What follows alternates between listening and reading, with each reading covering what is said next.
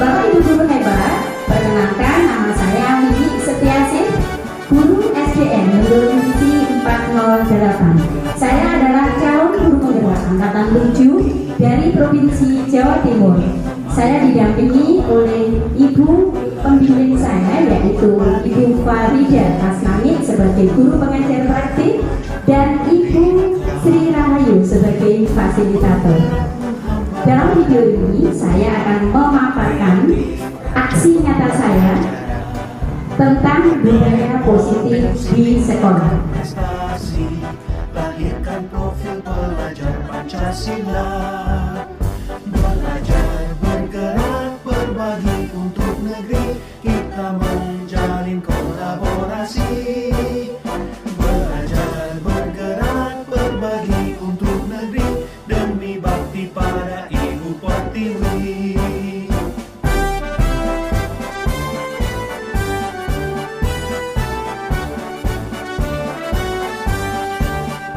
Bulatkan tekad, kuatkan hati.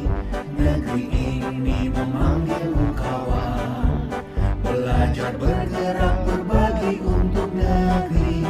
Guru penggerak, majukan pendidikan. Guru penggerak, menghamba pada murid. Kreatif, rancang pembelajaran. Hargai potensi, tingkatkan prestasi. Lahirkan profil pelajar Pancasila. Belajar, bergerak, berbagi untuk negeri. Kita menjalin kolaborasi. Belajar, bergerak, berbagi untuk negeri. Demi bakti pada Ibu Pertiwi. Belajar, bergerak, berbagi untuk negeri. Kita menjalin kolaborasi. Belajar, bergerak, berbagi untuk negeri. Demi bakti pada Ibu Pertiwi. Demi bakti pada Ibu Pertiwi.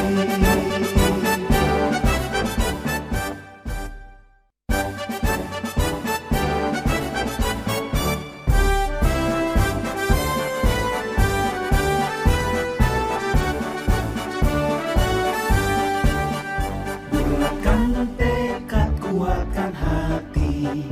Negeri ini memanggilmu kawan. Belajar, bergerak, berbagi untuk negeri. Guru penggerak, majukan pendidikan. Guru penggerak, menghamba pada murid. Kreatif, rancang pembelajaran. Hargai potensi, tingkatkan prestasi. Lahirkan profil pelajar Pancasila.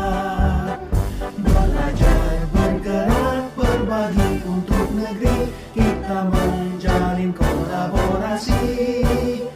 Belajar, bergerak, berbagi untuk negeri. Demi bakti pada Ibu Pertiwi. Assalamualaikum warahmatullahi wabarakatuh. Selamat pagi dan salam sejahtera bagi kita semua. Bapak Ibu yang saya hormati dan juga saya banggakan. Monggo hari ini kita mengucapkan syukur kehadirat Allah SWT karena sampai saat ini kita masih diberi kesehatan oleh Allah sehingga kita bisa berkumpul di sini dalam rangka aksi nyata oleh Ibu Wiwi sebagai CGP Angkatan 7 dalam implementasi budaya positif di sekolah. Ini adalah kesempatan yang baik bagi Bapak Ibu guru semuanya karena ini termasuk salah satu berbagi praktek baik oleh Bu Wiwi. Nanti kita laksanakan bersama di sekolah kita tercinta ini. Mohon bersabar, mohon dengan ikhlas. Ini tambahan ilmu sehingga nanti bisa bermanfaat bagi anak-anak kita. Terima kasih. Oleh karena itu, monggo beri kami beri kesempatan. Kurang lebihnya saya mohon maaf. Assalamualaikum warahmatullahi wabarakatuh. Terima kasih Ibu. Assalamualaikum warahmatullahi wabarakatuh. Selamat pagi dan salam sejahtera. Bapak Ibu guru hebat, pada hari ini saya berkesempatan untuk melakukan aksi nyata terkait dengan pendidikan guru penggerak. Kebetulan saya ada pada calon guru penggerak angkatan 7 Jawa Timur. Pada kesempatan ini saya akan mengimplementasikan budaya positif di sekolah. Apa yang dimaksud dengan budaya positif itu nanti akan kita bahas bersama-sama. Tapi sebelumnya saya ingin panjenengan semua menjawab dulu pernyataan ini. Budaya positif, budaya itu adalah sesuatu yang berkaitan dengan kebiasaan-kebiasaan yang berulang-ulang sehingga menjadi budaya, menjadi sebuah peradaban nantinya. Jadi sekolah itu bisa dilihat ciri khasnya seperti apa, budayanya seperti apa, itu dari kebiasaan sehari-hari. Jadi tidak bisa secara otomatis terbentuk. Jadi harus melalui langkah-langkah kebiasaan-kebiasaan panjang yang akhirnya akan mengakar, dan itu namanya membudaya. Positif adalah sesuatu yang baik. Jadi budaya positif itu apa? Budaya yang terbentuk di sekolah dengan lingkungan yang positif, kemudian dari kebiasaan interaksi, kolaborasi dari siswa, guru, orang tua itu berjalan dengan baik, itulah sesuatu yang positif. Nah, untuk pertanyaan yang pertama sebelum saya lanjut ini, bolehkah kita memberi sanksi atau hukuman pada anak yang melanggar tata tertib? Terima kasih. Kami akan menjawab pertanyaan dari Bu Wiwi, yaitu pertanyaan tentang bolehkah kita menghukum anak. Saya menjawab boleh, asalkan dengan alasan kita memberikan sanksi itu mendidik kepada anak, artinya kita arahkan kepada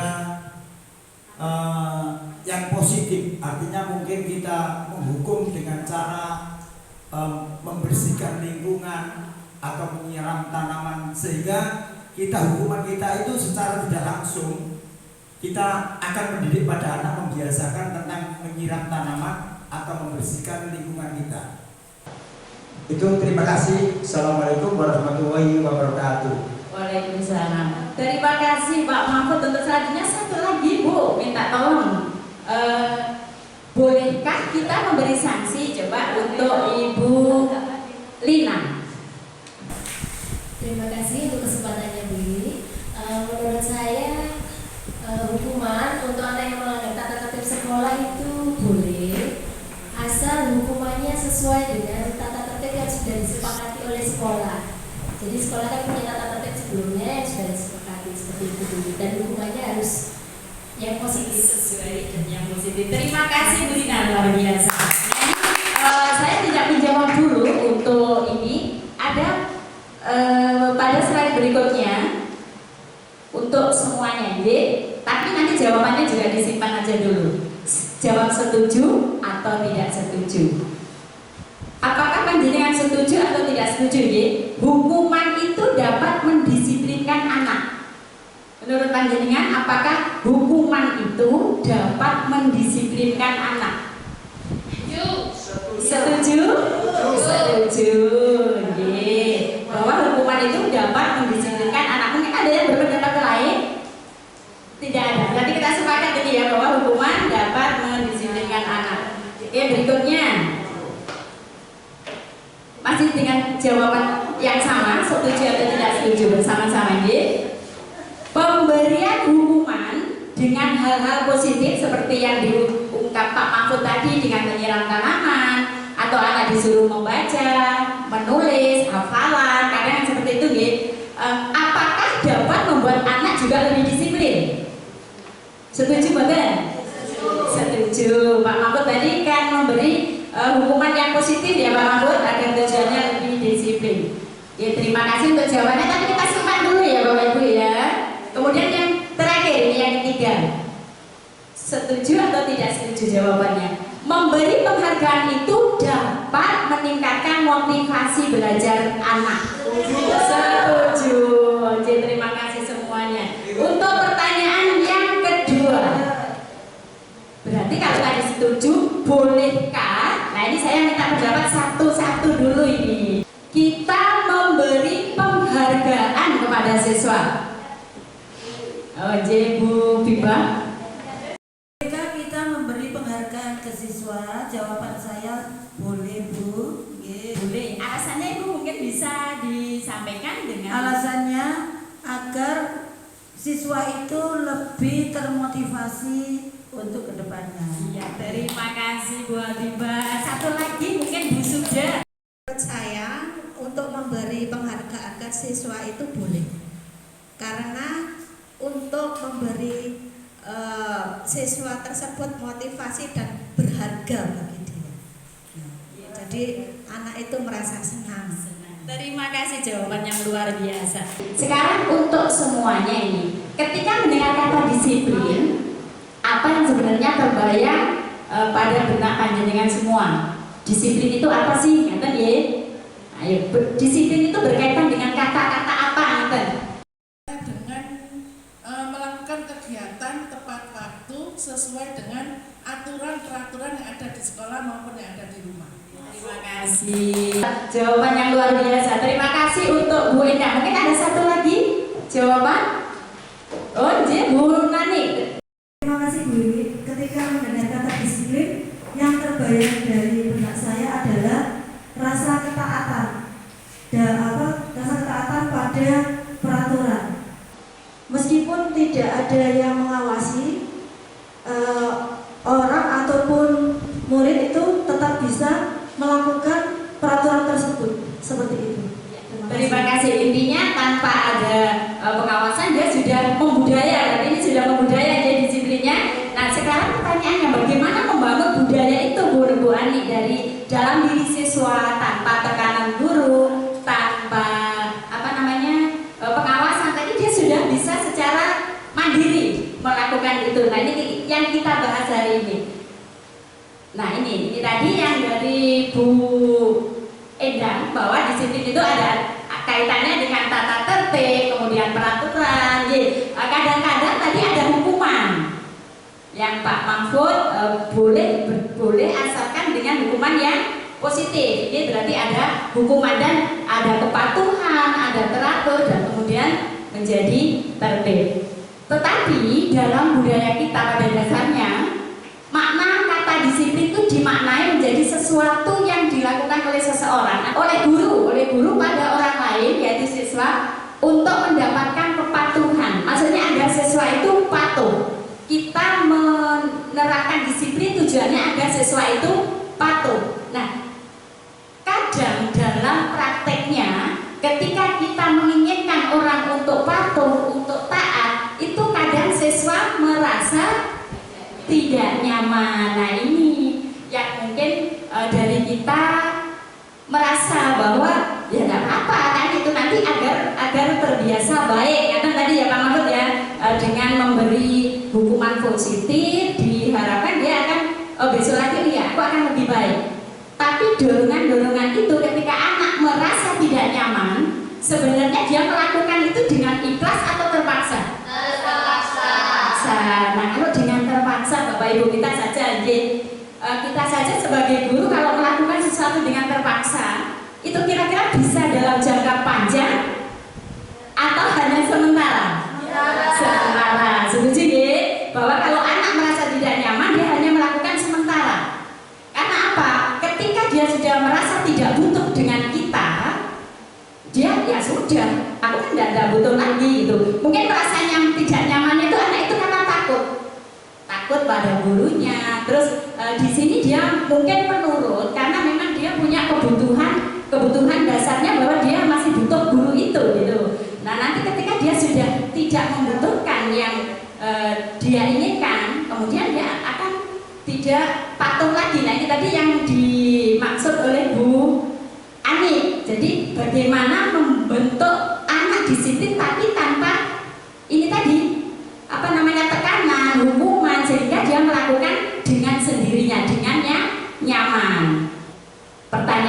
berarti sama Ibu. Jadi bagaimana membangun disiplin positif di sekolah. Nah, ini saya ajak bermain bersama. Ketika saya ajak bermain bersama, anggaplah ini ada genggaman tangan Ibu ya, kita bermain bareng-bareng. Sebenarnya kita membuat sebuah tulisan, tapi tidak apa-apa. Kita anggap aja tangan kita menggenggam. Genggamlah bahwa yang di dalam genggaman panjenengan semua itu sesuatu yang sangat berharga. Dan jenengan tidak boleh itu diminta orang atau dilihat orang, atau sebuah rahasia pribadi yang orang lain tidak boleh tahu. Berarti kita harus mempertahankan untuk menggenggamnya, tidak akan menunjukkan ke orang lain. Pertanyaannya sekarang, ketika saya meminta jenengan untuk membuka, meskipun saya beri uang, saya beri imbalan, saya atau mungkin dengan kekerasan, kira-kira jenengan membuka tangan atau tidak? Membuka tangan atau tidak? Tidak. Misalkan satu mungkin bisa sama saya praktek. Bu siapa ini? Monggo yang mau sama saya satu praktek buka tangan atau tutup tangan. Oh Wika, monggo terima kasih, saya kesana aja Wika. Bu Wika, di tangan panjenengan itu ada sesuatu yang sangat berharga.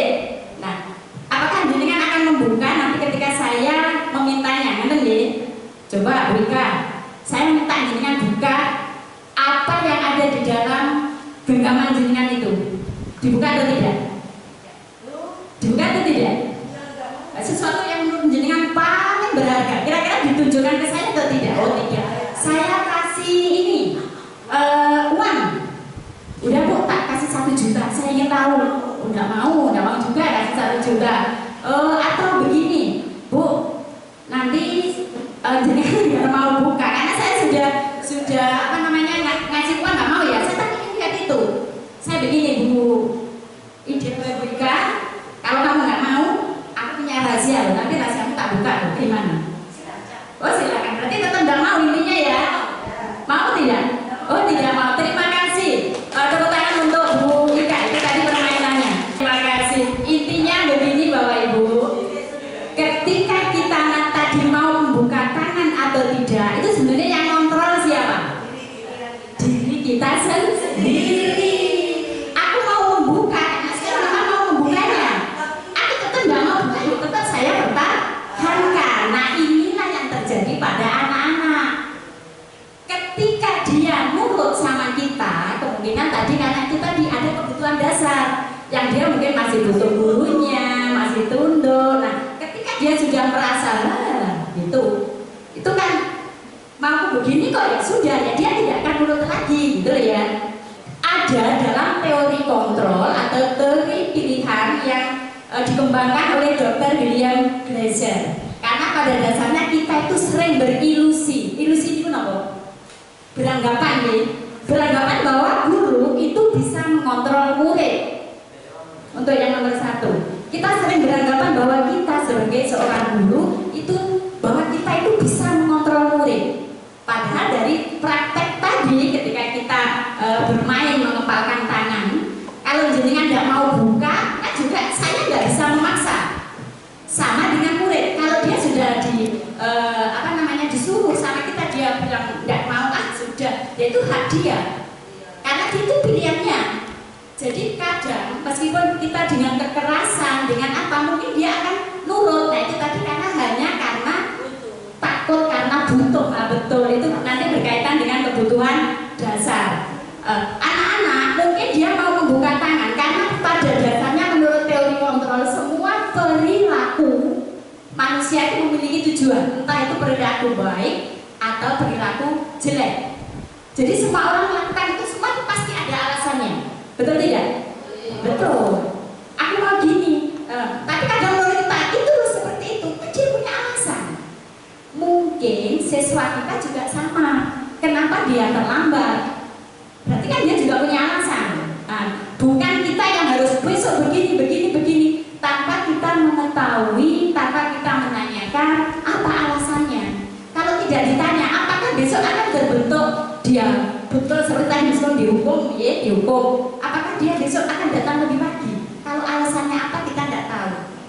Siapa tahu di rumah dia sedang merawat orang tuanya. terlambat karena satu hal, tapi kadang mohon maaf saya sendiri yang saya mau kan pokoknya anak tepat waktu. Kalau tidak tepat waktu saya beri sanksi besok agar tepat waktu kan seperti itu. Nah inilah yang disebut dengan ilusi bahwa kita bisa mengontrol murid harus begini, padahal itu sebenarnya tidak bisa. Yang kedua, ilusi bahwa semua penguatan positif efektif dan bermanfaat. Penguatan positif di sini yang dimaksud yaitu bujukan. Ayo mas, nanti gini ya, karena kita bujuk anak-anak ya, bujuk anak-anak. Ketika dia nanti menyadari ternyata begini ya sudah, dia mungkin akan patuh, tetapi itu tadi tidak dalam jangka panjang. Seperti yang Bu Ani ngendikan, tidak bisa terbangun dari dalam. Dia melakukan hanya karena tekanan dari guru atau mungkin karena patuh aturan. Ada tulisan yang tadi yang Bu Nina ngendikan sudah ada kesepakatan, yaitu yang harus kita sepakati. Jadi mungkin dia hanya takut peraturan. Jadi intinya kan dia dari luar, bukan dari sini yang seperti Bu Ani ngendikan. Jadi kalau dari dalam itu tanpa guru, tanpa pengawasan dia sudah disiplin dengan sendirinya. Kemudian yang ketiga, bahwa ilusi, bahwa kritik ya, ilusi bahwa kritik dan membuat orang bersalah itu dapat menguatkan karakter. Mungkin kita, nah ini gara-gara kamu, nah terus gimana ini? Anak kan akhirnya merasa dipojokkan.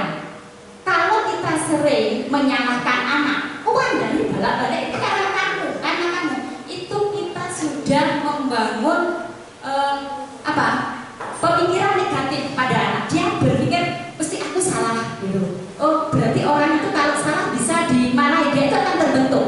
Dan itu bahayanya kalau dia nanti dewasa itu dia yang dapat yang didapat dari kita seperti itu. Padahal di sekolah itu menurut Ki Hajar Dewantara, pendidikan adalah tempat bersemainya benih-benih kebudayaan. Kita itu menyemaikan benih-benih itu. Kalau benih-benih itu kita berikan sesuatu yang tidak baik, tentunya kan akan ke bawah di dalam kehidupan masyarakat. Nah, sekarang bagaimana benih-benih itu kita tanamkan benih-benih yang positif, tentunya nanti dalam kehidupan panjang. Itulah yang seperti Bu Ani bilang, tanpa orang lain memerintah untuk disiplin dia sudah bisa dengan sendirinya. Nah ini mulai kita sudah masuk ke budaya positif itu. Kemudian yang keempat, ilusi bahwa orang dewasa memiliki hak untuk memaksa. Orang dewasa di sini di sekolah adalah kaitannya adalah guru atau pendidik. Kita bisa maksa, ayo begini, ayo begitu. Nah tadi saya kembali, dia menurut karena memang ada kebutuhan untuk patuh. Kalau tidak patuh aku nanti dihukum. Nah ini sebenarnya dia menghindari rasa tidak nyaman. Tadi kan sudah dalam ketika anak nurut dia tidak nyaman. Aku nurut aja karena biar di sini ku nyaman. Menghindari ketidaknyamanan itu kalau dihukum kan tidak enak. Apalagi di sini guru percaya bahwa mereka memiliki tanggung jawab. Jadi saat seolah-olah bahwa guru itu aku harus bisa membentuk anak itu seperti ini. Kamu tuh harus seperti ini. Kamu tuh harus seperti ini. Nah kembali kepada filosofi Ki Hajar Dewantara bahwa kita mendidik anak itu kita ibaratkan kita menanam benih padi. Padi di sawah kita taruh benih padi yang tumbuh apa? Padi. Kita hanya bisa merawat tanaman padi tadi bisa tumbuh subur dengan mengolah tanahnya. Nah ini mengolah lahannya itulah yang disebut lingkungan positif di sekolah. Kita tidak bisa mengubah padi menjadi bentuk lain. Jadi kita nggak bisa yang di dalam di sini tadi bahwa kita bisa memiliki hak untuk memaksa. Kamu tanggung jawab saya, kamu tuh harus begini. Nah, kita nggak bisa mengubah padi menjadi jagung. Itu kasarannya ya. Seperti halnya anak, karena anak itu sudah tumbuh masing-masing sesuai kodratnya. Kalau menurut Bu Ani semua sudah punya fitrah masing-masing dan itu terbentuk dari beragam latar belakang keluarga yang berbeda. Tentunya dari keluarga dia bagaimana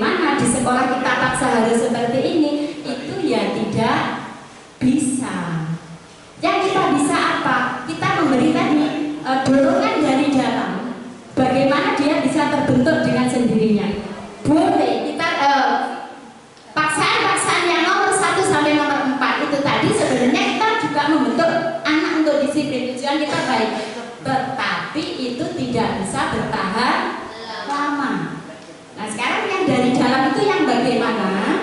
Kita lanjut ya. Nah, ini. Kalau dulu kita memberikan hukuman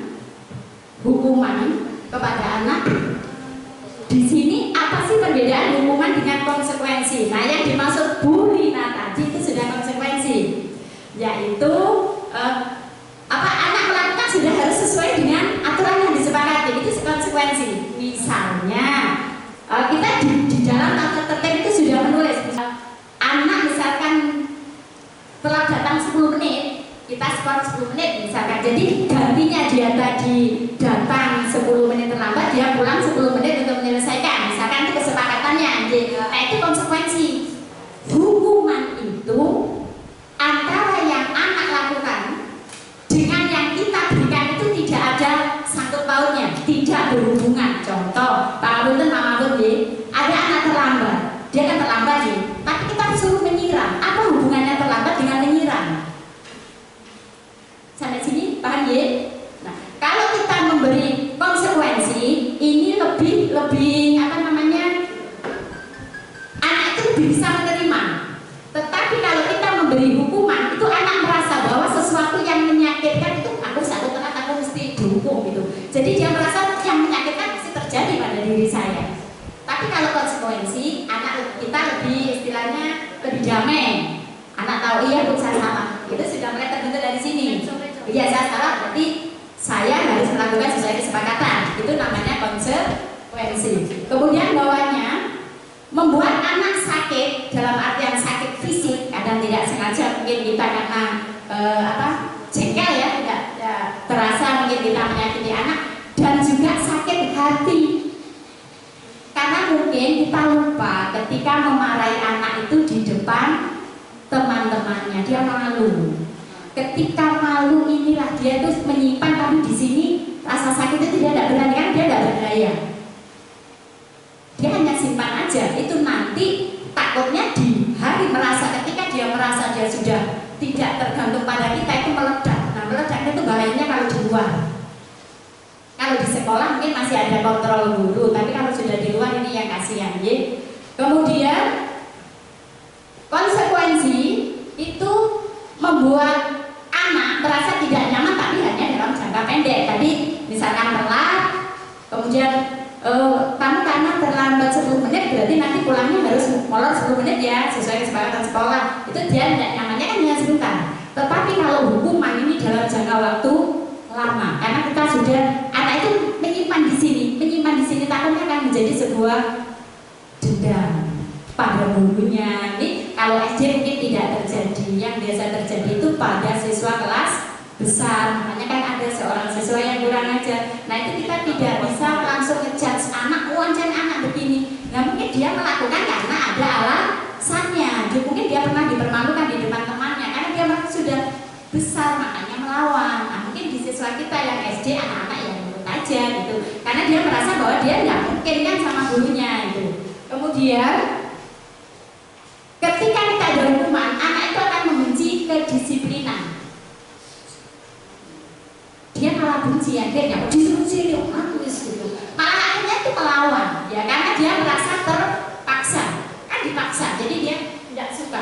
Sedangkan untuk konsekuensi yang tadi kita sudah buat kesepakatan, itu anak menghargai disiplin. Oh ya bu, memang saya salah, jadi saya akan menjawab dengan kesalahan saya tadi gitu ya. Di situ ada tanggapan dari anak. Jadi anak itu merasa dihargai sebenarnya dengan adanya konsekuensi. Kemudian yang bawah, kita sudah membangun konsep diri yang buruk pada anak ketika kita memberi hukuman. Oh ternyata ketika orang salah itu kita boleh hukum, dan dia akan melakukan yang sama di luar sana.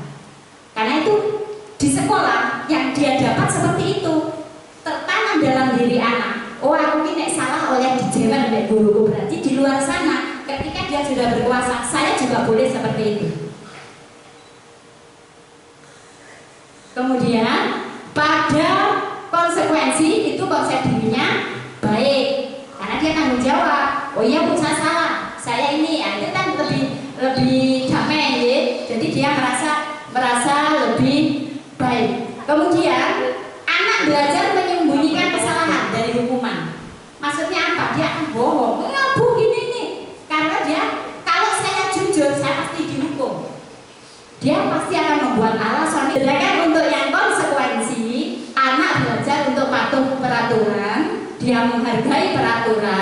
otomatis sudah mulai terbentuk positif.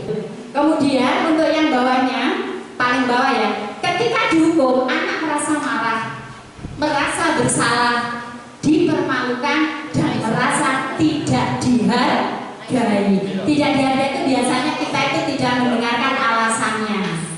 Tuh, jadi kita tidak mendengarkan alasannya, jadi anak itu percuma nggak besok lagi paling ya gitu. Saya jelaskan Pak Guru nggak menerima, Bu Guru nggak menerima, untuk apa saya menjelaskan? Gitu. Jadi dia merasa tidak dihargai ya sudah. Kemudian yang konsekuensi, memang anak kehilangan haknya, tadi harus pulang, dia harus mengerjakan yang disepakati ya. Kemudian membuat tidak nyaman, tetapi itu hanya sementara. Kalau seperti ini, merasa bersalah, marah, ini kan dalam jangka waktu lama. Jadi pertanyaannya, dari dua ini, perbedaan hukuman dan konsekuensi, menurut panjenengan untuk membangun budaya positif itu lebih baik yang mana? Masih konsekuensi. Nah, jadi menurut panjenengan apa makna kata disiplin? Tadi sudah disampaikan oleh Bapak Ibu Guru, saya ulang saja. Disiplin itu sebenarnya berasal dari bahasa Latin disiplina yang berarti belajar. Jadi anak itu belajar, bukan kan kita mesti ada kaitannya dengan hukuman, aturan, biar disiplin harus dihukum, biar disiplin harus anak patuh. Padahal di sini itu belajar. Nah inilah belajar, inilah yang perlu kita bangun. Disiplin sebenarnya merupakan bentuk kontrol diri, yaitu belajar untuk mengkontrol dirinya sendiri agar dapat mencapai tujuan. Mengkontrol diri sendiri itu dia akan melakukan sesuatu dengan kesadarannya sendiri, gitu ya. Dengan nilai-nilai yang dianutnya, yaitu nilai-nilai universal, nilai kebajikan itu kan nilai yang kita sepakati bersama. Di sekolah kita nilai kebajikannya apa? Yaitu profil pelajar Pancasila. Nilai kebajikan itu ada banyak sekali di luar sana, tetapi karena kita di lingkungan pendidikan, salah satu nilai kebajikan yang ingin dicapai oleh anak Indonesia yaitu adalah nilai-nilai yang ada dalam profil pelajar Pancasila, yaitu beriman, bertakwa kepada Tuhan Yang Maha Esa dan berakhlak mulia, kemudian mandiri, bernalar kritis, berkebinekaan global, gotong royong dan kreatif. Nah ini, setelah saya memberi paparan tadi, pertanyaannya kepada panjenengan semua. Ketika panjenengan hadir di sini, alasannya yang mana? Apakah satu, hadir di sini karena tidak ingin ditegur kepala sekolah, atau sungkan dengan saya, gitu ya, atau sungkan dengan teman kalau udah hadir? Atau yang kedua, ketika atau tidak pelatihan di sini ya, mungkin pelatihan di luar. Anda ingin dilihat, dipuji oleh lingkungan Anda atau mendapat penghargaan sebagai guru berprestasi, atau yang nomor tiga, karena Anda ingin menjadi pembelajar sepanjang hayat. Kira-kira yang mana ya? Yang nomor tiga, alhamdulillah. Karena kalau yang atas itu sifatnya kan sementara. Tadi hanya menghindari ketidaknyamanan. Tepuk tangan untuk Bapak Ibu semuanya. Alhamdulillah kita sudah di nomor 3 bahwa kita ingin menjadi pembelajar sepanjang hayat. Jadi memang belajar itu tidak terbatas ya. Meskipun kita pendidik juga harus terus belajar. Mengapa? Nah ini kembali lagi sesuai filosofi Ki Hajar Dewantara bahwa kita harus mendidik anak sesuai zamannya. Jadi tidak bisa aku biar sekolah begini, kita samakan kita dulu. Ya sudah beda.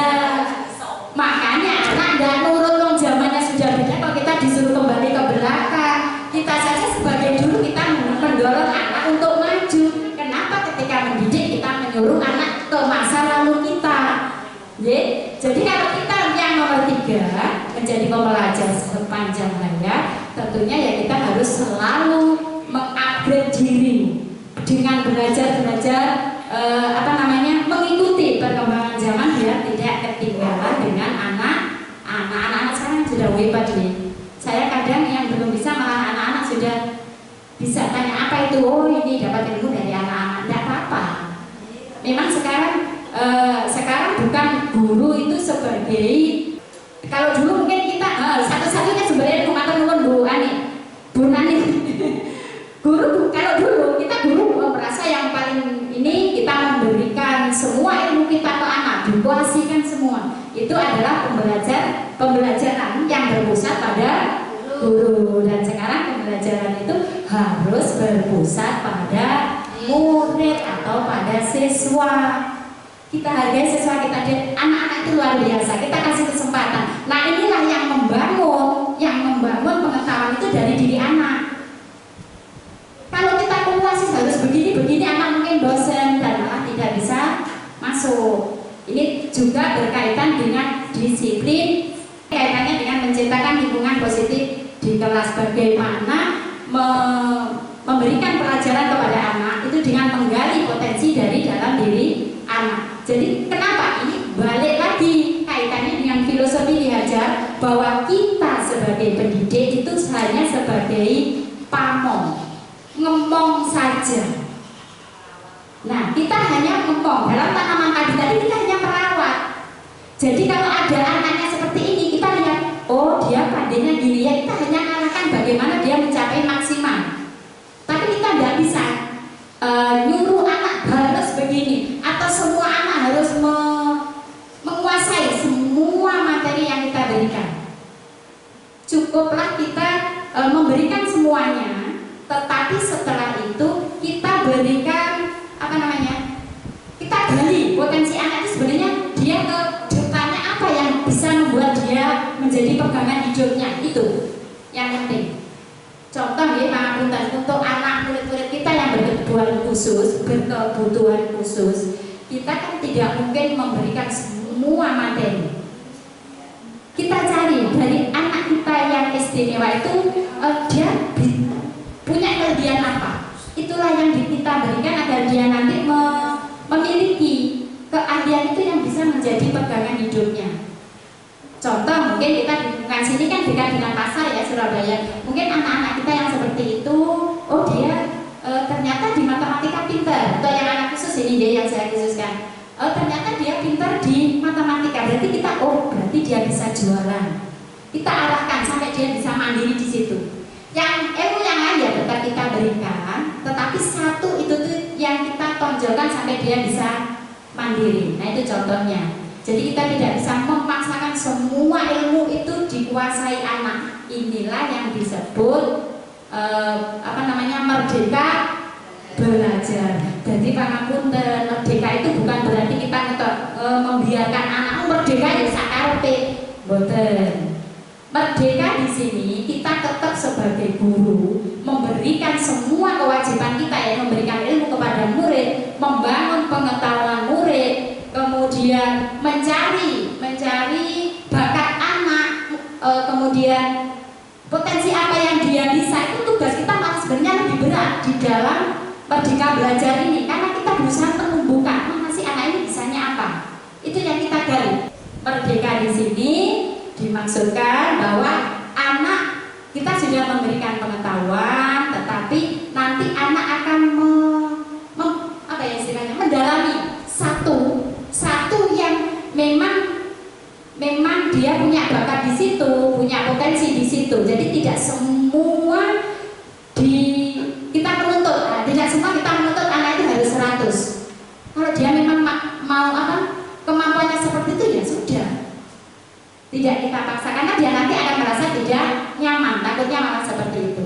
Jadi itulah tugas kita dalam merdeka belajar ini, kita mencari potensi anak itu apa. Itulah yang kita dukung, karena kita sebagai pamong itu bagaimana anak-anak kita itu tanggung jawab kita. Anak-anak kita nanti itu istilahnya keluar dari sini itu ada gitu loh Bu. Ada yang dia sudah mantap, oh iya aku mau jadi ini. Nah ketika anak sudah menemukan seperti itu tuh sebenarnya kamu mau jadi apa sih gitu ya.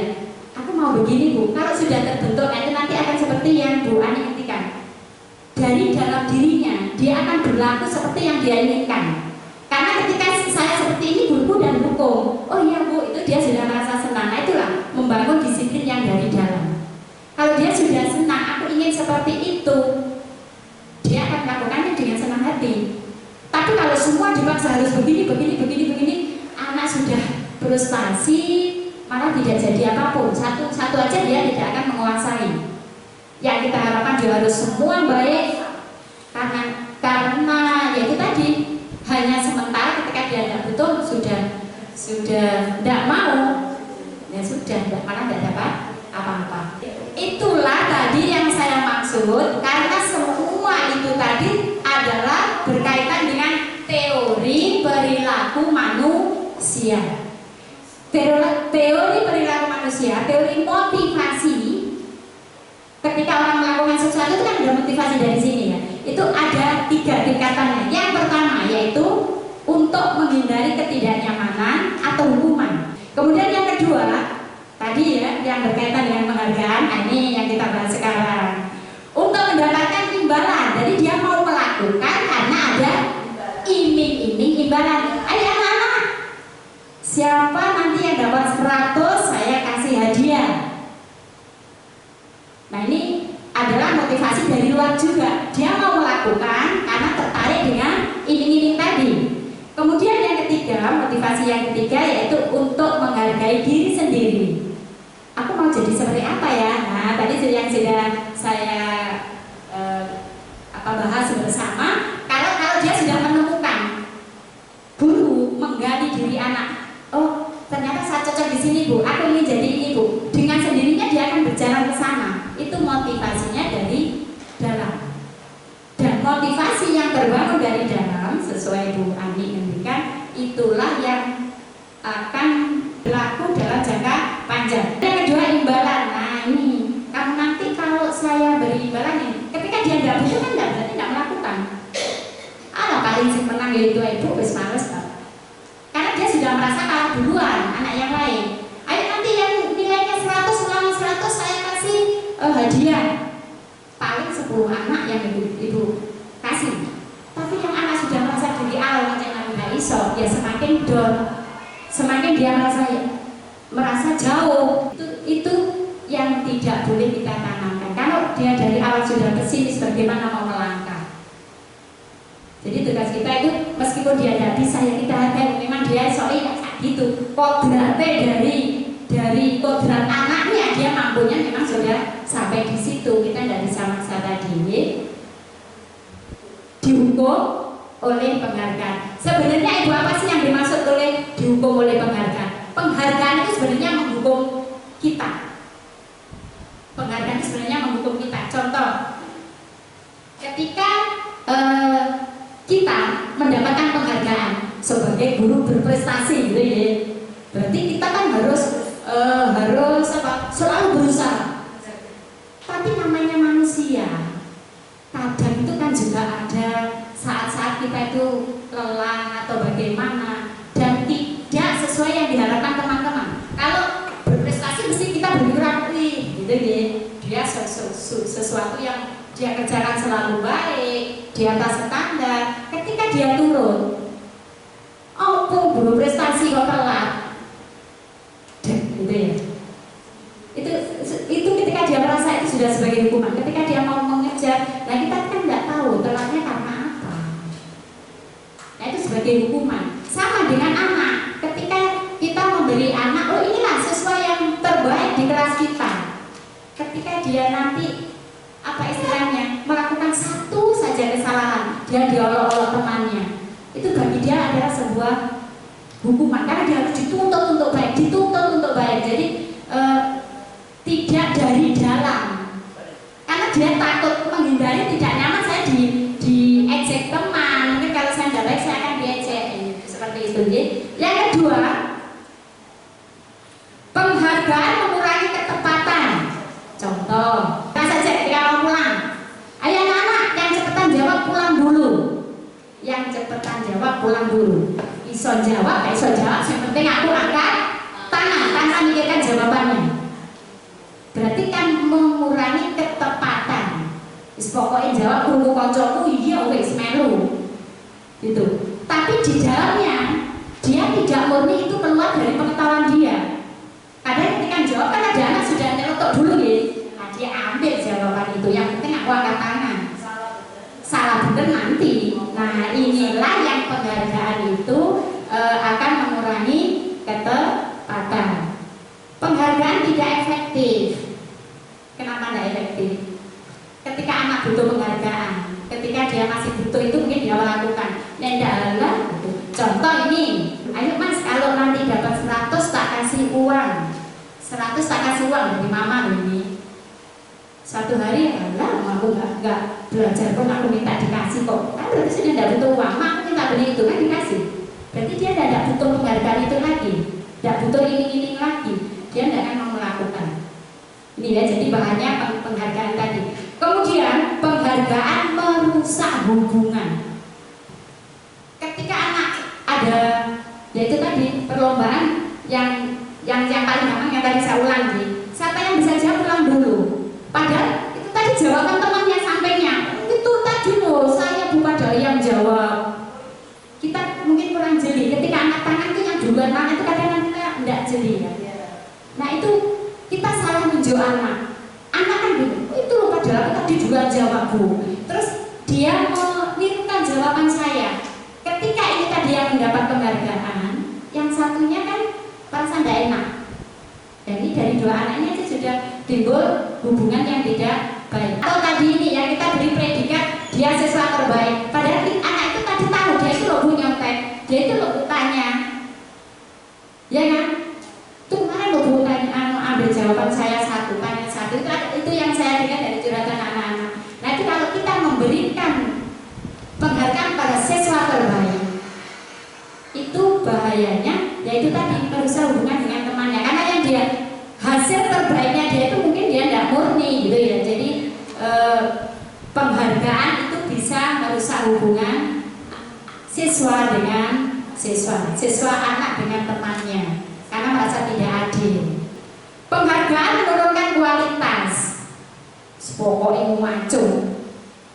Akhirnya kan yang jawab pun itu belum tentu kualitasnya anak itu sesuai yang kita harapkan. Yang anak angkat tangan belum tentu dia yang memang betul-betul pintar menguasai itu tadi. Asal angkat tangan aja. Yang penting kan siapa yang bisa jawab nanti diberi ini sama bu guru bintang gitu ya. Angkat tangan aja. Kira kita lanjutkan, maaf tadi untuk yang ke-9 yaitu penghargaan mematikan kreativitas sudah tadi. Dengan cepet-cepetan anak nggak mikir, syukur itu kan berarti mengurangi kreativitas juga. Penghargaan mengurangi motivasi intrinsik, itu kan dari dalam. Dia mau melakukan karena iming-iming. Jadi bukan karena dia ingin dari dirinya, bukan kesadaran, tapi dia melakukan hanya karena diiming-imingi saja atau motivasinya dari luar. Jadi dari kesimpulan ini tadi menurut panjenengan penghargaan itu sebenarnya positif atau kurang baik gitu ya, kurang baik dalam mendisiplinkan anak, kurang baik. Terus bu, apakah kita tidak boleh? Boleh. Nah tadi Bu Wi bilang nggak boleh, sekarang bilang boleh. Bolehnya ada. Ketika kita memberi iming-iming di depan, ayo nanti ini, nah itu kan di depan. Itu yang dihindari, jangan. Karena anak lakukan karena iming-iming. Tapi tanpa kita memberitahu, tapi anak itu sudah melakukan dengan sendirinya. Kemudian dia baik, bisa dengan secara pribadi, tanpa tahu teman-teman. Kita kasih dorongan ke siswa itu tadi. Jadi dia merasa dihargai. Oh, guruku tadi loh itu, tapi tanpa tahu temannya. Jadi istilahnya anak itu juga tidak ingin dipuji di orang. Kalau kita ujuk, ayo ini teman kita, akhirnya dia akan tumbuh, aku ingin dipuji. Itu yang bahaya. Jadi kalau kita memberi penghargaan karena dia ada terbaik, kita panggil sendiri, kita beri dukungan. Dan itu juga bukan hanya satu siswa, harus bergantian dengan yang lain. Meskipun dia kurang, nah ini kedekatan guru dengan siswa ini juga termasuk membangun budaya positif di kelas. Jadi tidak di depan teman-teman lagi, beri pengakuan secara pribadi.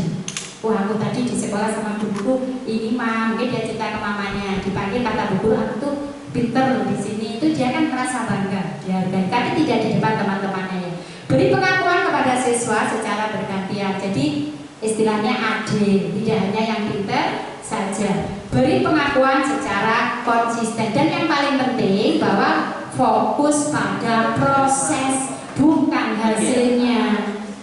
Ketika proses pembelajaran di kelas, itulah yang kita bangun. Nah, ini sekarang tugas panjenengan. Kalau tadi memperhatikan, sekarang saya kasih soal.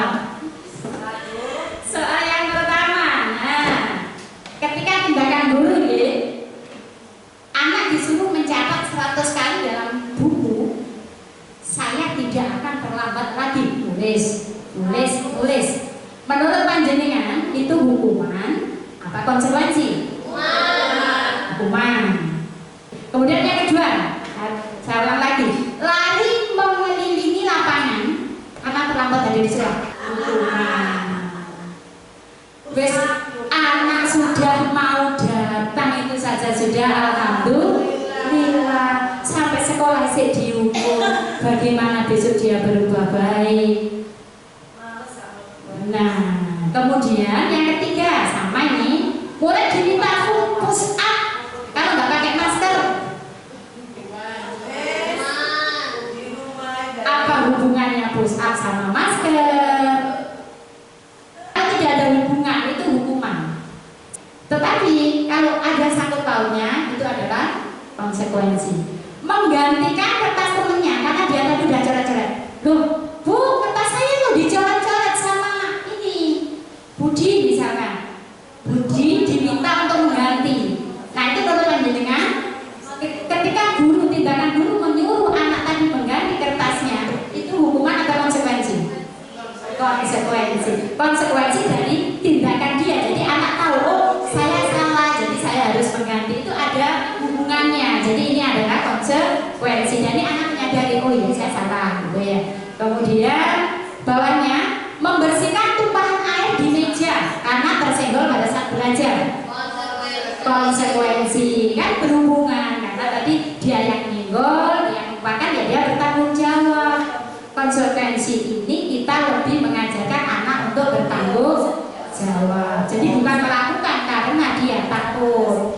Murid disuruh untuk tidak mengenakan, ya maaf saya salah nulis, sepatu seharian di sekolah. Dia tidak boleh pakai sepatu karena hari itu dia tidak bawa sepatu hitam. Nah, seperti ini, maaf ini tulisan saya kurang sedikit. Ada siswa itu mungkin sepatu hitamnya sedang basah, ya kalian bisa baca. Dia ke sekolah memakai sepatu merah katakanlah atau putih, padahal aturannya sekolah harus pakai sepatu hitam. Karena dia melanggar, kemudian gurunya bilang ini kan sudah kesepakatan sekolah bahwa kita harus pakai sepatu hitam. Nah sekarang gurunya itu kesepakatan kita harus pakai sepatu hitam, itu dia harus melepas. Karena kamu nggak sepatu hitam, kamu harus melepas. Hukuman apa konsekuensi? Hukuman apa konsekuensi? Konsekuensi karena sepatu yang dipakai nggak sesuai. Nah, konsekuensi masih ada hubungan. Kalau masih ada hubungan itu konsekuensi. Anak disuruh lari mengelilingi lapangan karena terlambat 10 menit saat pelajaran PJOK. Konsekuensi, karena ini ada kaitannya anak lari sama PJOK kan masih ada. Jadi konsekuensi. Jadi intinya kalau kita memberikan pembelajaran anak untuk menjadi lebih baik, itu haruslah mengajarkan tanggung jawab yang sesuai dengan yang dia lakukan. Jadi anak itu nyambung. Kalau tadi terlambat disuruh lari, nah hubungannya dari rumah dia terlambat sudah lari-lari, sampai sekolah masih disuruh lari, apalagi nggak boleh di sekolah, nggak boleh masuk kelas. Jangan ibu. Hak dia berikan dulu. Dia datang dia mau belajar, berikan dulu. Dan nanti setelahnya itu yang kita pikirkan setelah ini. Nah ini kita lanjut ke yang ketiga. Ini ada yang ketiga. Dari tindakan kita untuk membuat lingkungan positif atau mendisiplinkan anak tadi, yang pertama adalah hukuman, yang kedua adalah konsekuensi, yang ketiga inilah yang kita sebut restitusi. Ada yang pernah sambut besok restitusi itu apa?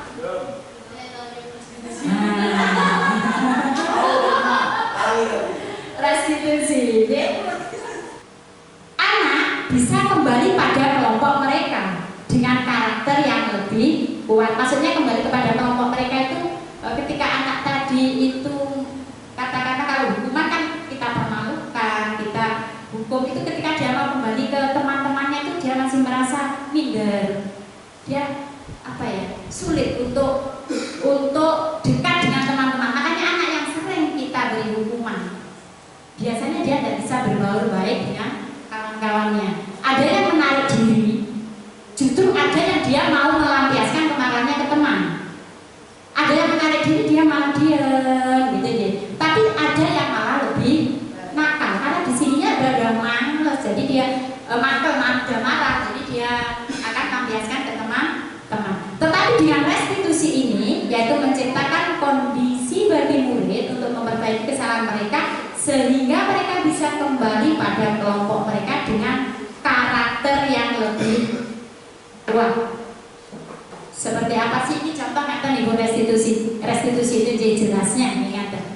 Ketika tadi ada anak datang terlambat, pertanyaan dari guru itulah yang bisa nanti membedakan mana itu hukuman, mana itu konsekuensi atau restitusi. Kalau restitusi kita panggil anak, ya kita hanya ngobrol berdua pada anak, kita tanya, mengapa sih kok terlambat? Jadi kita tanya dulu alasannya, karena setiap tindakan itu tadi perilaku maksud kan ada alasannya ya. Kita tanya apa alasannya, gitu ya. Nah ini kita lanjut dulu. Saya ingin bertanya Bu Wiwi tentang yang dijabarkan Bu Wiwi. Kalau memberi sanksi hukuman itu tidak bagi siswa itu tidak menimbulkan tidak baik. Nah, ini di kelas saya itu seperti ini. Kalau anak melanggar, misalkan datang terlambat karena bangun kesiangan, 1 kali saya nasihati, 2 kali saya nasihati, akhirnya ketiga kali saya suruh nulis sendiri konsekuensinya apa. Apa itu sudah betul? Apa masih salah? Jadi anak itu menulis sendiri. Menurut dia itu supaya nyaman dan tidak dilakukan lagi itu saya suruh menulis sendiri. Akhirnya dia menulis sendiri, memilih sendiri. Ya, terima kasih Bu. Sudah. Ya, tidak ada yang salah Bu, tidak ada yang salah. Dari tindakan kita tadi tidak ada yang salah. Tetapi dari belajar ini kita nanti akan bisa mengambil tindakan yang membuat anak itu nanti akan tumbuh dari dalam. Nah ini yang kita bahas sekarang Bu sudah. Nah, ketika anak datang itu kita nanti pakai segitiga restitusi. Yaitu yang pertama kita itu menstabilkan identitas anak dulu. Nah, menstabilkan identitas anak itu biasanya dengan pertanyaan. Misalkan ketika anak itu terlambat, ya ketika anak itu terlambat atau itu kita ajak bersama, jangan duduk berdua saja sama guru kita panggil, jangan sampai ada temannya untuk menghindari dia malu. Jadi ketika kita mau membantu anak untuk memperbaiki kesalahan, kita panggil sendiri. Kita tanya tadi mengapa terlambat, Saya panggil sendiri. Jadi di ruangan tersendiri tidak ada teman. Setelah pembelajaran dia selesai dulu, karena dia haknya untuk belajar kita beri dulu. Hak dia untuk belajar kita beri dulu. Agar tidak mengganggu teman. Kalau anak datang kita langsung memberi tindakan itu kan juga mengganggu yang lain. Oke lah, kita beri pembelajaran dulu. Tetapi di saat temannya pulang, kita panggil. Jadi posisi kita tinggal sama anak itu saja. Nah itu nanti kita tanya terlambat, mengapa terlambat? Gitu ya, karena bangun kesiangan. Nah terus itu Bu dari pertanyaan yang pertama tadi, mengapa terlambat gitu? Itu kita seolah-olah itu jangan sampai menyalahkan, tapi kita merasa seperti di anak itu. Bu Guru juga pernah kok dulu berbuat salah, kan semua orang tuh tidak selalu sesuai yang diharap gitu ya. Dari situ anak akhirnya nyaman, dia akan bercerita. Iya Bu, saya terlambat itu karena malamnya saya lihat game online misalnya, ya kan? Anak-anak sekarang kan banyak game online. Oke. Ketika anak itu tadi sudah menjawab jujur, untuk selanjutnya ini pertanyaan yang kedua, mungkin ini yang pas. Kan main game ya, kamu pasti punya alasan mengapa melakukannya.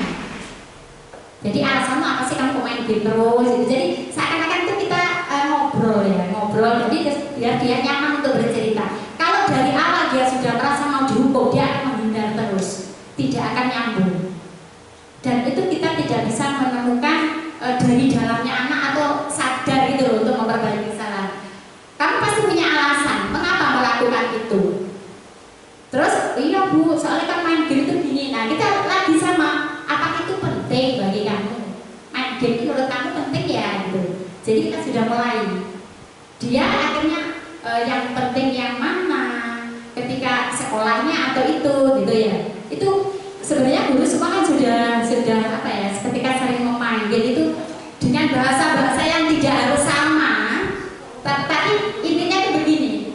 Kita menstabilkan dulu anak, kita menyelami ke dunia dia dulu. Yang ketiga, ketika dia sudah memberikan alasan, kita masuk yang ketiga. Kamu tuh ingin menjadi anak seperti apa sih nantinya gitu. Kalau kamu main game terus, kamu mau nantinya mau seperti apa? Itu kita bisa tambahkan bahasa-bahasa atau kalimat kita sendiri yang membuat anak itu akhirnya menyadari bahwa game itu tidak baik sama dia. Pertanyaan yang ketiga, apakah kalau kamu sekarang dengan sering terlambat, bagaimana kamu caranya untuk memperbaiki agar besok tidak terlambat lagi? Itu kita tawarkan. Iya bu, besok saya dukung. Besok ini ya. Jadi memang butuh waktu lama ibu, dan ini saya juga paham namanya teori sama praktek kan tentunya juga tidak segampang teori. Nah, tapi paling tidak dengan gambaran ini perlu kita coba. Ada posisi kita ketika mendisiplinkan murid. Ini saya kembali. Yang pertama, guru sebagai penghukum. Sedangkan yang kedua, guru itu kadang cara mendisiplinkan siswa itu membuat anak itu merasa bersalah. Kalau kamu, nah ini itu posisi kita yang kedua, mendisiplinkan anak dengan posisi menyalahkan anak. Atau kadang bahasanya malah halus. Bu guru lo capek ya, aduh stres gara-gara kamu terus gitu. Jadi seakan-akan meskipun bahasa kita halus, tapi kita tetap menunjuk gara-gara dia, gurunya jadi seperti ini. Kemudian yang ketiga sebagai teman. Ya tadi yang kita ngobrol. Tapi teman di sini tidak ada hasil. Ya wis cuma ngobrol mana sih gak telat. Tetapi sebagai pemantau, kalau pemantau ini tadi ada konsekuensi. Konsekuensi tadi kita ada di sini posisi kita. Konsekuensinya kalau kamu telat, aturannya apa kemarin? Nah itu sebagai pemantau. Posisi kita sebagai manajer, inilah yang kita laksanakan dengan restitusi tadi. Dengan mengajukan pertanyaan-pertanyaan dulu. Apa alasan dia melakukan? Kita dengan pendekatan, jangan sampai dia malu di hadapan teman. Kita cari solusinya bareng. Kalau bisa jujur anak, kalau kamu seperti ini, menurut kamu solusinya apa biar besok lebih baik? Nah inilah pentingnya restitusi, kita mengajukan pertanyaan. Mengapa? Setelah kita memberikan pertanyaan-pertanyaan, tadi yang kedua, untuk memperbaiki masalah ini tuh kita cari bersama-sama solusinya. Menurut kamu, kalau kamu seperti ini, ada nggak cara untuk memperbaikinya? Kepengen nggak untuk memperbaiki besok lebih baik gitu ya? Jadi kalau seperti itu kan anak pasti jawab, oh iya bu. Kemudian menguatkan pribadi anak. Ada nggak cara besok biar kamu nggak terlambat harus gimana ya? Gitu bareng-bareng. Jadi dicari bersama. Kemudian evaluasi bareng-bareng guru sama murid. Mudah-mudahan dengan cara yang ketiga, anak merasa dihargai. Mudah-mudahan ini lebih memberi jalan yang positif ya. Kita buat anak itu nyaman dengan kita, tapi juga bukan berarti, tapi dia juga hormat gitu loh. Apakah dengan kita memarahi anak-anak menjadi hormat? Kan belum tentu.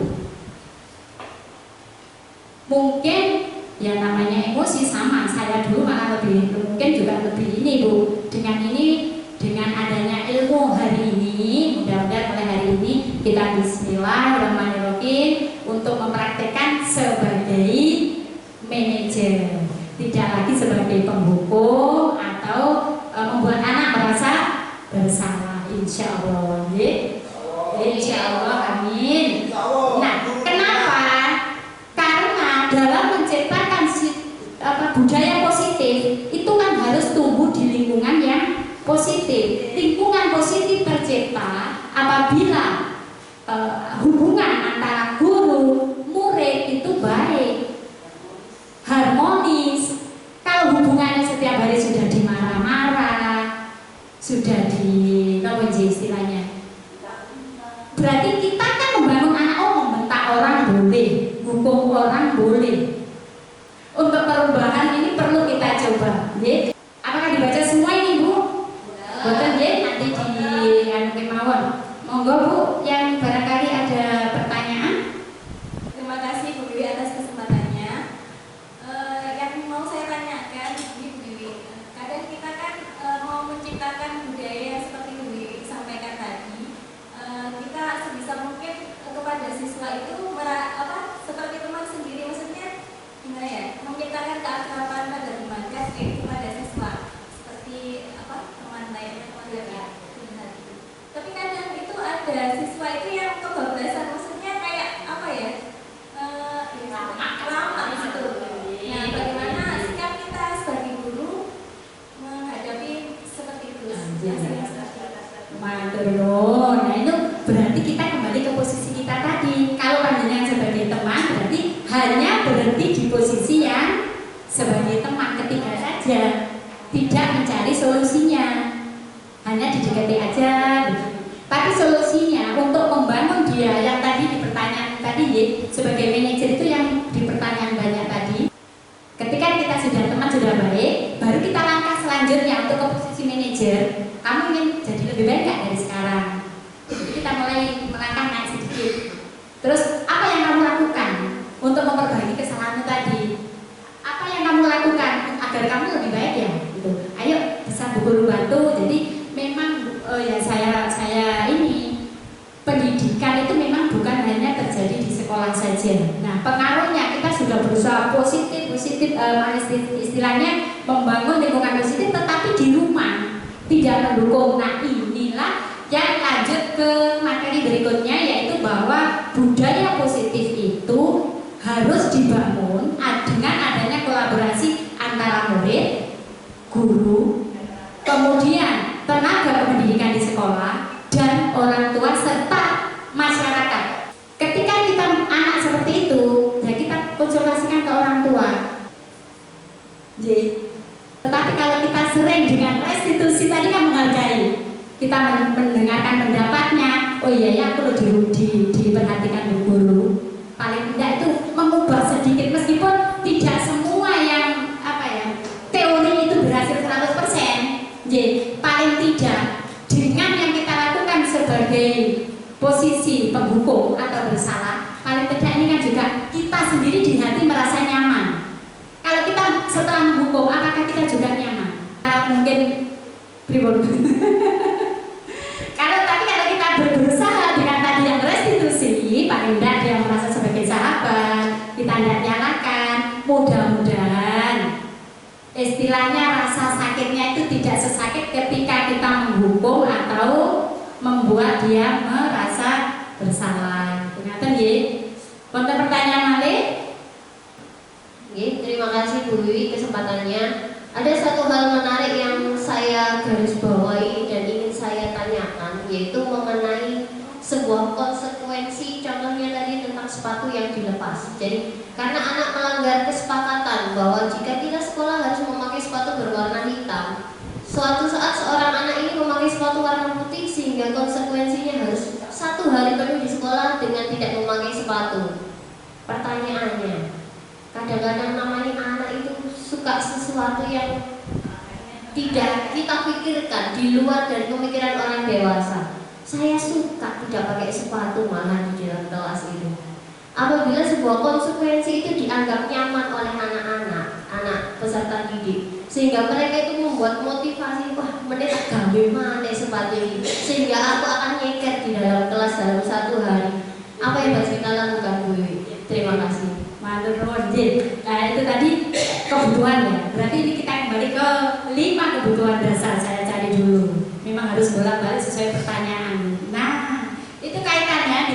kebutuhan dasar manusia. Pada dasarnya kalau kebutuhan kita itu yang pertama biasanya adalah kebutuhan bertahan hidup. Yang umumnya ya makan, sandang, pangan, papan itu ya kalau kita yang biasa. Tapi sebenarnya di luar ini itu ada 4 kebutuhan dasar lainnya, yaitu ada 5. Jadi selain survival itu ada 4, berarti 5 kebutuhan dasar manusia. Yang pertama yaitu kasih sayang. Pangpunten ya Bu Ita, sekalian saya terangkan yang ini biar nanti terakhirnya nyambung di pertanyaan penjenengan ya. Yang pertama yaitu kasih sayang dan rasa diterima. Ketika anak melakukan sesuatu, tadi perilaku anak itu kan ada alasannya. Setiap motivasi perilaku anak itu pasti ada tujuan. Seperti tadi, aku besok enaknya kan nyaman, aku tak lepas saja. Itu kan ada tujuannya dia. Nah, kemudian yang kedua penguasaan. Penguasaan itu ingin dipuah, ingin merasa aku loh gitu. Yang ketiga yaitu kesenangan. Aku seneng kok. Aku seneng pakai sepatu ini. Yang terakhir kebebasan. Bebas loh pakai sandal ini, sepatu ini kan milikku gitu. Dari masing-masing kelas, mohon maaf, jangan membuat peraturan kelas. Sudah berubah menjadi kesepakatan kelas. Kata-kata tidak, jangan, harus, itu kan memaksa. Nah, mulai sekarang kita buat kesepakatan kelas untuk membangun budaya positif di sekolah. Misalkan anak-anak, biar kelas kita itu belajar nyaman, kita tuh harus bagaimana sih, gitu ya. Pada saat masuk kelas kita bersih. Kesepakatannya kita pulang nanti harus bagaimana? Bersih Bu, oke, berarti kita buat nomor 1. Kelas datang bersih, pulang bersih. Udah sepakat loh ya. Yang kedua, setiap hari harus pakai seragam. Nah itu anak akhirnya belajar menghargai kesepakatan bersama. Ketika dia melanggar, ayo kesepakatannya kemarin apa? Berarti kamu kan sudah melanggar, maksudnya nilai kesepakatan kita. Kalau menghargai teman kan itu tadi, kalau temennya memang hitam semua, ya kita harus menghargai kesepakatan kita pakai hitam, kenapa pakai merah gitu. Jadi bisa dengan kesepakatan kelas kita. Jadi mulai ini kebetulan kan awal semester 2, monggo, terutama yang kelas-kelas besar itu kan memang harus dibangun dari dalam. Kesepakatan itu penting. Ya memang semua butuh kesabaran. Entah nanti hasilnya bagaimana, yang penting kita sudah proses restitusi ke-1. Kalau memang masih belum berhasil Bu, itu perlu restitusi kedua. Oh kemarin kan kita udah sepakat, kok gini lagi gitu. Kita aja bareng. Kita lagi, ya memang restitusi kok berulang ya iya. Sampai dia menemukan dengan sering kita ngobrol itu kan kita tahu, oh anak ini bohong, anak ini mengada-ada. Ya itu tugas kita memang sabar. Oh namanya saja kita itu mendidik, bukan ngajar toh. Kalau ngajar kita punya ilmu dikasihkan semua. Ya kan, mencurahkan pengetahuan kita ke anak itu ngajar. Kalau mendidik itu membangun karakternya anak, didik dia untuk menjadi lebih baik agar dia selamat di sekolah, di lingkungannya, di masyarakat, di keluarga. Ya, itu tugas kita mendidik sesuai yang disampaikan oleh ini Bapak Dirjen GTK Kemendikbud, yaitu Bapak Iwan Sahir, bahwa pekerjaan di bidang pendidikan bukan sekedar membahas kurikulum dan hasil belajar. Jadi bukan mengejar hasilnya saja yang harus 100, bukan sekedar mengajar, mendidik, namun untuk melahirkan masa depan, melahirkan generasi pembaharu yang akan menjawab panggilan dan tantangan zaman baik masa kini maupun masa mendatang. Kalau kita sudah berniat menjadi pendidik, tugas kita didik, bukan hanya mengajar. Ngaten nggih? Wonten pertanyaan malih? Kalau sudah tidak ada pertanyaan, terima kasih atas kehadirannya hari ini. Mohon maaf bila yang saya sampaikan ada salah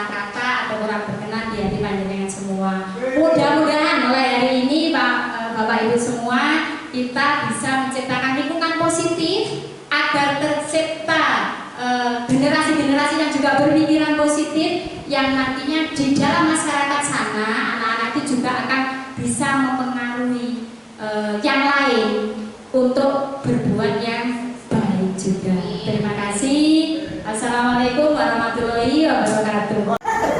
Terima kasih Bu Wiwi, ilmunya hari ini sangat bermanfaat sekali untuk saya, terutama permasalahan-permasalahan saya di kelas menjadi ilmu yang baru untuk saya. Insya Allah akan saya terapkan di kelas. Terima kasih Bu Wiwi, sukses selalu, jos, mantap.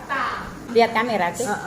Menurut saya, Bu Wiwi itu seorang guru yang penuh dengan semangat, penuh dengan ide-ide yang baik, selalu untuk memajukan peserta didik, juga selalu membimbing teman-teman guru ke arah yang lebih baik. Sukses Bu Wiwi!